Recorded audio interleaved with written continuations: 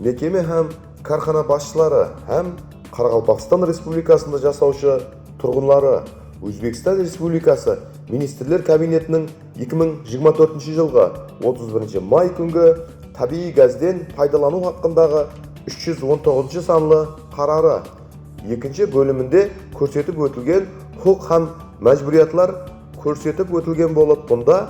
табиғи газден пайдаланушылар күз-қыс дәуірінде жылыту маусымы алдында һәм далалатнамалар түзілу,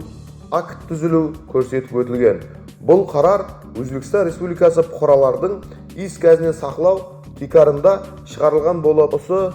құқық һәм мәжбүриятларды орындау мақсатында Өзбекстан өртке қарсы күресу жәмиеті Қарақалпақстан аймақлық бөлімшесі һәм басқа да қала һәм районлар аймақлық бөлімлері тарапынан қазанхана пеш морларын қандай халатта тұрғанлығы,